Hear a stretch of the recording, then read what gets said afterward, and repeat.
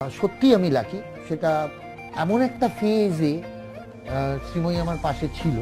বুনো উলের জন্য বাঘা তেঁতুলি লাগে, শ্রীময়ী আমার সম্পর্ক ঠিক এমনটাই। এ কি বললেন কাঞ্চন? প্রিয় বন্ধুরা, ভিডিওটি না টেনে শেষ পর্যন্ত দেখতে থাকুন।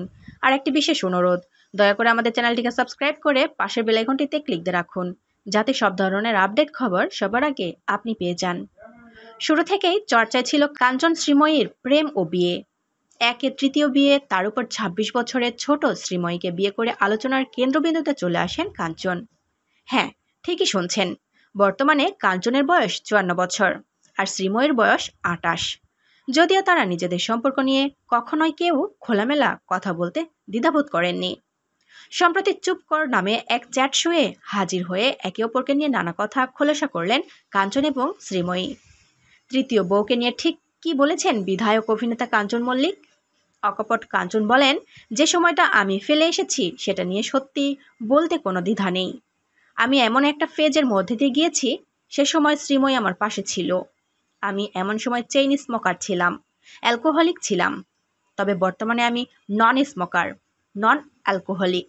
এটার জন্য আমার যদি ২৫% চেষ্টা থাকে, তাহলে শ্রীময়ীর রয়েছে ৭৫%। আমার ইলেকশন ক্যাম্পেইন থেকে শুরু করে সবসময় সব কাজেই পাশে ছিল শ্রীময়ী। আমি কোথাও ঘুরতে যেতাম না, তবে আজ আমি লাদাখ গিয়েছি, মানালি গিয়েছি, যেসব জায়গায় আমি বাপের জন্মেও যাইনি। তবে এখন আমি মি টাইম কাটাই। কথা প্রসঙ্গে শ্রীময়ী বলেন, যে কোনো পুরুষের জীবনে একজন মহিলার খুব প্রয়োজন।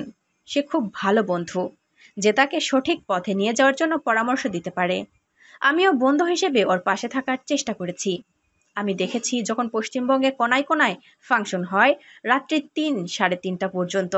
এমন সময়ে কিন্তু যখন কাঞ্চন মল্লিকের জন্য লোক বসে থাকে, ওকে দেখার জন্য ১০-১৫ হাজার লোক বসে থাকে। আর সব থেকে বড় কথা, ও মানুষকে হাসাতে পারে। আমি একটা সময় দেখেছি শিল্পীর মুখ থেকে হাসিটাই কেড়ে নিল, মানে চলে গেল। আমি কাঞ্চন মল্লিককে দেখেছি একা বালিশে একা ঘরে কাঁদতে। সেখানে আমি বন্ধু হিসেবে তার পাশে থেকেছি মাত্র। এই সাক্ষাৎকারে আবার নিজেকে নিয়ে কাঞ্চনের অকপট স্বীকারোক্তি, আমি একটু তেদর টাইপের। কথা বলে না, বুনৌলের সঙ্গে বাঘা তেঁতুল দরকার। তো আমি হলাম বুনৌল। এই বুনৌলকে বাঘা তেঁতুল ছাড়া থামাতে পারবে না। আমি নিজেকে চিনি।